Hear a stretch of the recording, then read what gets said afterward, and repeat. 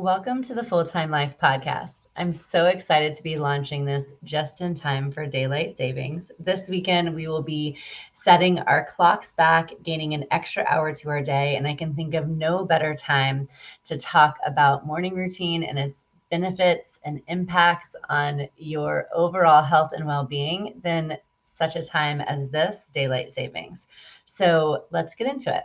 I want to start by calibrating on what daylight savings is. Daylight savings is that period of time between spring and fall when we set our clocks ahead of standard time. So standard time is the normal rhythm of the sun and the moon in our 24 hours. And for the time period between spring and fall, we artificially set our time ahead of that.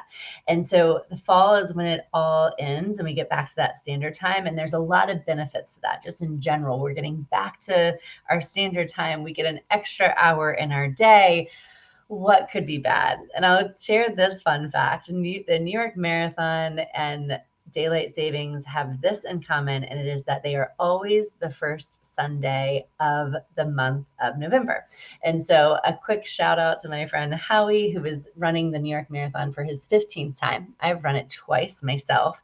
New York City marathoners could use the extra hour. It is quite a haul to get to the start line in Staten Island, and every little bit helps. And so I want to say you deserve the extra hour. And for that matter, we all deserve the extra hour, especially if we're going to use it for sleep. But it turns out that this artificial shift of our external clocks isn't great for our internal clocks. Daylight savings ultimately gets us out of alignment with our natural light dark cycle, which is what our internal clock is. And that is called circadian rhythm. So let's talk a little bit about circadian rhythm. So we know what daylight savings is. What is this internal clock and circadian rhythm?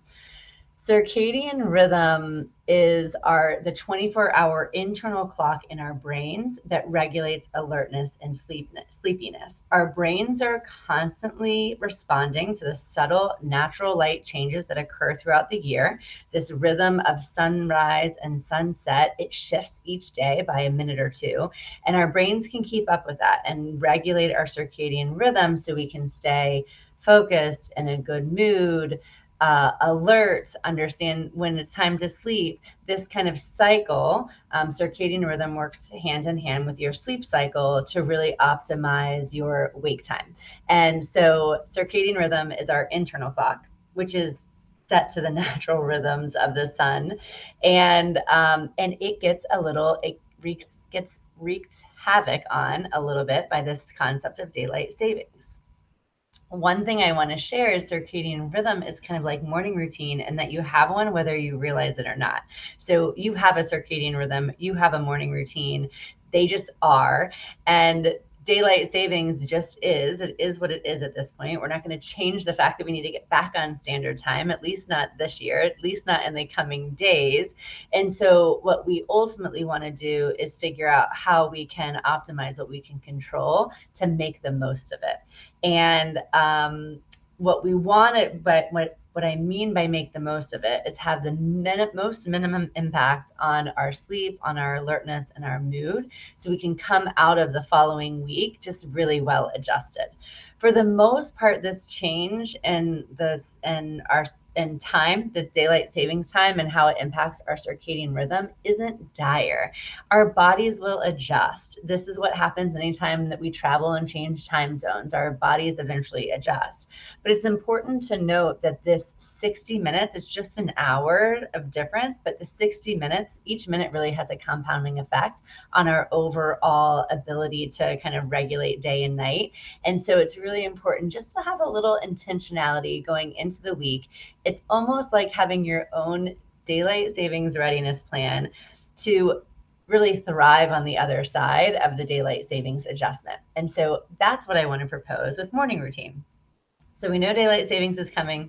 Shared a little bit about circadian rhythm, which is our brain's natural ability to regulate our sleep cycle and our wake time. And now I want to talk about morning routine and how you may be able to optimize what you can control through morning routine. So there's a lot of science behind sunlight specifically, sunlight therapy and sunlight on your face and sunlight first thing. And Andrew Huberman has a lot of podcasts on these if you want to deep dive. And I'll share this for right now, is that the number one thing you can do in any given day, but especially when you are in this daylight savings transition time, is to get sunlight on your face first thing in the morning, at least within your first hour of waking. Now, if you wake up way before sunrise, and it may not be possible, and there's some other, you can deep dive into his podcast and get some ideas for some artificial light. But this idea that as soon as the sun is up, you are getting that daylight on your face. And he prescribes, his prescription specifically is 5 minutes on a sunny day when you can see the sun readily, 10 minutes if it's a little cloudy, and 20 if it's completely overcast. This idea that you get yourself out into fresh air, you get the sunglasses off of your face within reason, you don't stare directly at the sun, and you get the sunlight on your face, and it starts to signal to your brain and to your body that it's waking time.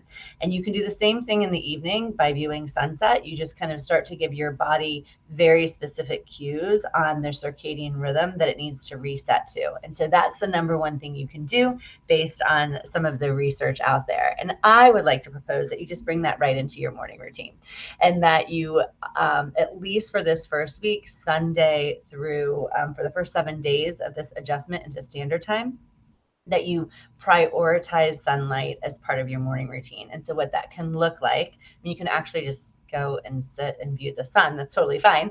But what it can look like is you just kind of take your movement, your exercise out into the sun. If you're doing a mindfulness exercise, take it outside where you are at least in the sunlight, so you can get some of those benefits. And if you're doing your learning time, which I like to do as part of my morning routine, you're also taking that outdoors. So there's some ways to just get yourself into some form of sunlight first thing, prioritizing it, especially these first 7 days following the daylight savings adjustment.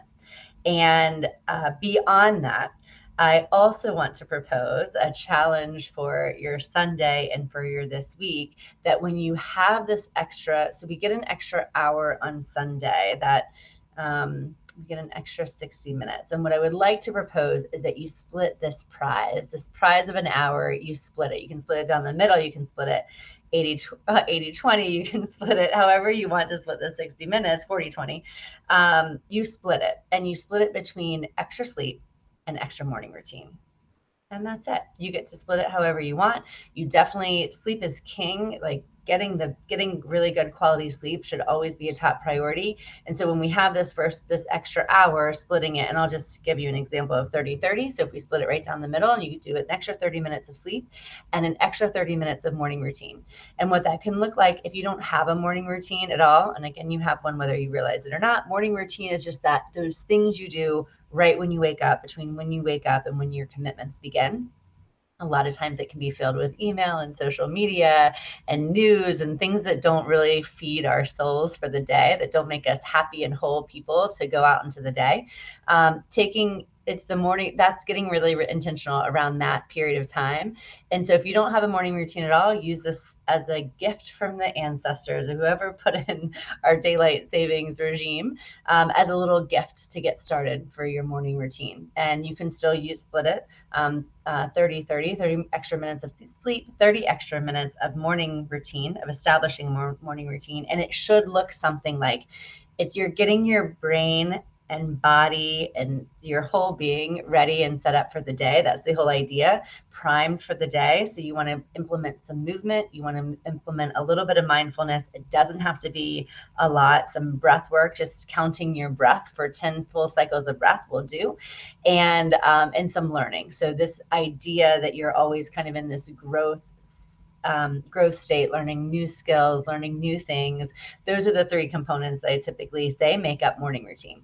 And so if you're just building one, use this first hour grab some of that time to start to develop your own intentional morning routine. If you've had a morning routine and you feel pretty good about it, now you just get extra time. And I talk about this a lot on my social media page. That weekend morning routine for me is the best because I just have extra time to linger longer in my movement and my mindfulness and my learning. And I could spend all morning in morning routine if there weren't obligations around me to move on to the next thing. So those are some ideas for action. And I want to summarize this by sharing my challenge to you is on Sunday and actually for the whole week, starting to use this shift in time to really build and reinforce your morning routine. Your morning routine is going to be a really nice partner to your circadian rhythm in the fact that it is going to get your body and mind primed for the day, and you're going to get out into that sunlight. It's part of your morning routine, prioritizing it specifically this for the first 7 days following this transition in the daylight savings adjustment of time, and really optimize what you can control. It is what it is, but what we can do is get a little bit more intentional with our morning routine, prioritize that sunlight on our face as part of our morning routine, and do it for at least 5 to 7 days so you can really just make the most of this period of time that isn't really optimal to begin with. With that, I hope you'll join me again. We will have a guest on here. Thanks for bearing with me on my very first episode of the Full-Time Life